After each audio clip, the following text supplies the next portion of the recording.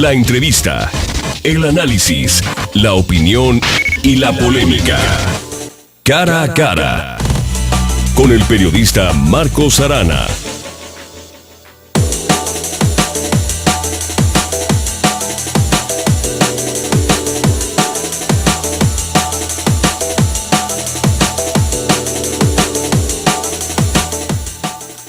Javier Hurtado ha dedicado toda su vida a la investigación, a la docencia, al análisis, a la comunicación oral y escrita sobre un tema que domina, la cosa pública. A propósito del proceso electoral 2015, Javier Hurtado sostiene una tesis sólida o varias tesis sobre el tema con las que muchos estarán o no de acuerdo, pero que invitan a la reflexión invariablemente.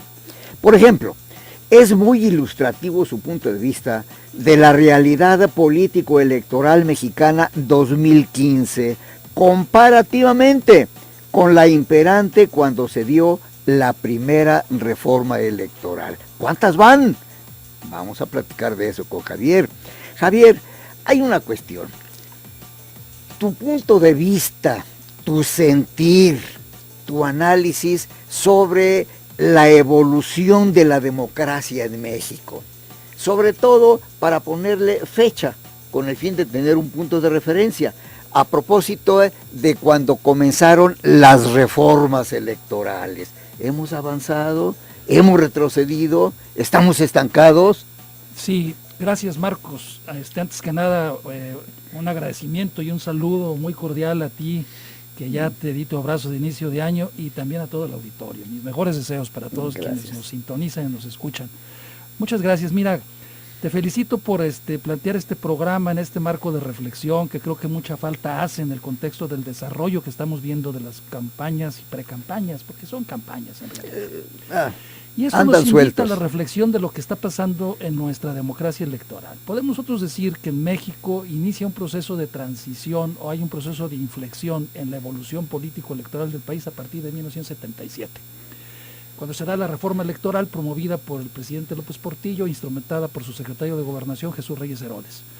Los que somos más o menos de esta generación y que ya no nos conocemos en un hervor, recordaremos perfectamente que eso se debió a que en 1976 el PRI se quedó solo y López Portillo era candidato único. Ningún otro partido pudo postular candidato porque el PAN tuvo un problema interno que impidió que postulara candidato, y los otros dos partidos paleros del PRI, que era el PARM y el PPS, ya habían postulado a López Portillo como su candidato, así que de esta manera López Portillo se quedó solo. Eso fue una gran crisis para el sistema político mexicano, pero sin embargo lo que está ocurriendo ahorita con lo de Ayotzinapa es una crisis mucho mayor, pero dejémoslo ahí como paréntesis.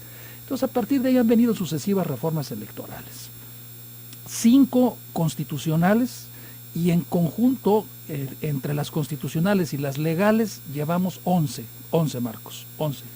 Y en esta tesitura, pues sí, es conveniente mencionar que yo sostengo la tesis de que estas ya son involutivas, o como se dice en el lenguaje de la economía, de rendimientos decrecientes. Es decir, en la economía los rendimientos decrecientes son cuando tú tienes un puesto de tacos, ¿sí?, y le estás invirtiendo, lo estás arreglando, y llega un momento hasta que le pones oro, y no porque le pongas oro y no sé qué tantos aditamentos más, vas a ganar más, al contrario, vas a perder.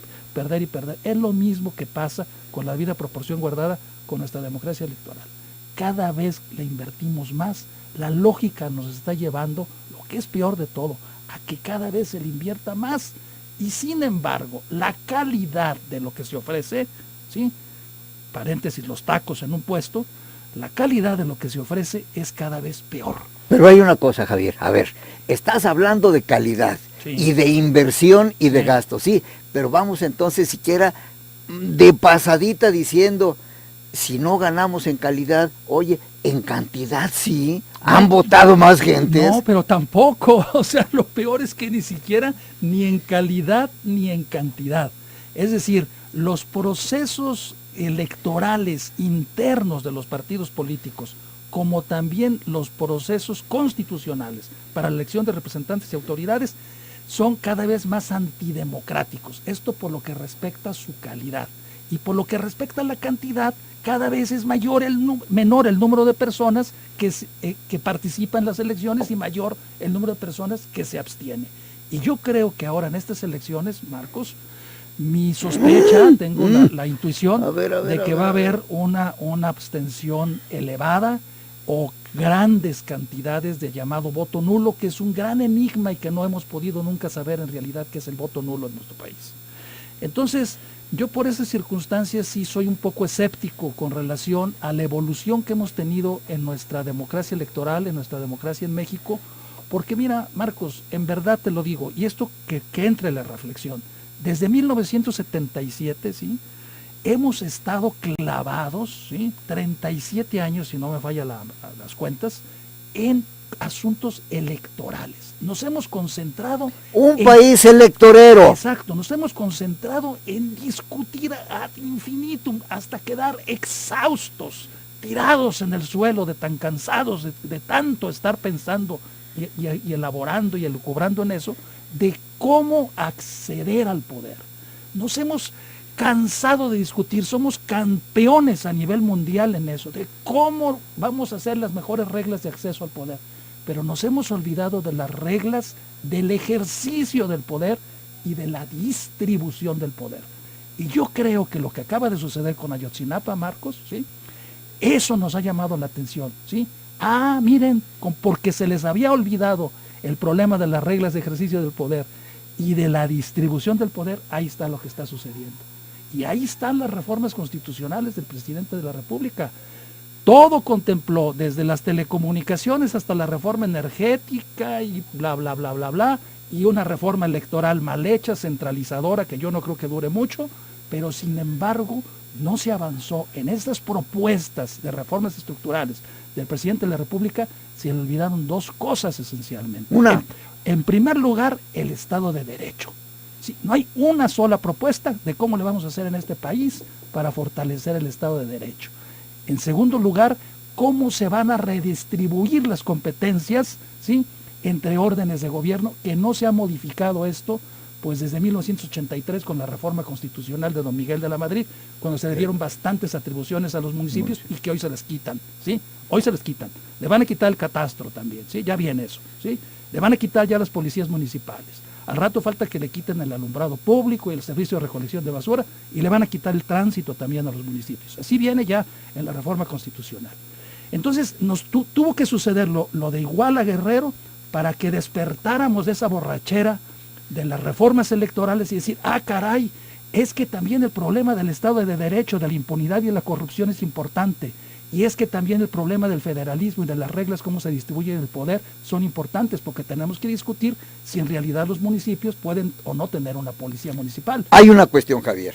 Están manejando como una piedra de toque el asunto de Iguala Guerrero. Bueno, menciónanos 2 o 3 aspectos que nos ilustren, que nos hagan reflexionar sobre cómo se llegó a ese estado, cómo se llegó a esa crisis, cómo se llegó a esa manifestación de impunidad y de ejercicio del poder tan descarada.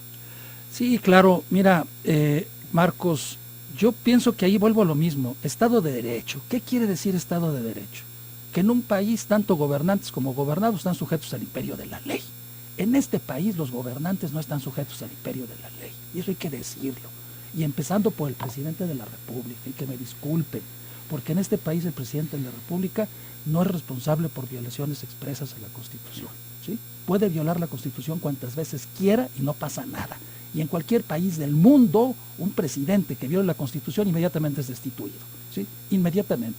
A Bill Clinton lo iban a destituir no por lo que hizo con Mónica Lewinsky, sino porque mintió y violó la Constitución. Entonces en México violar la Constitución no es delito, es deleite. Ahí tenemos nosotros el caso de Ángel Aguirre.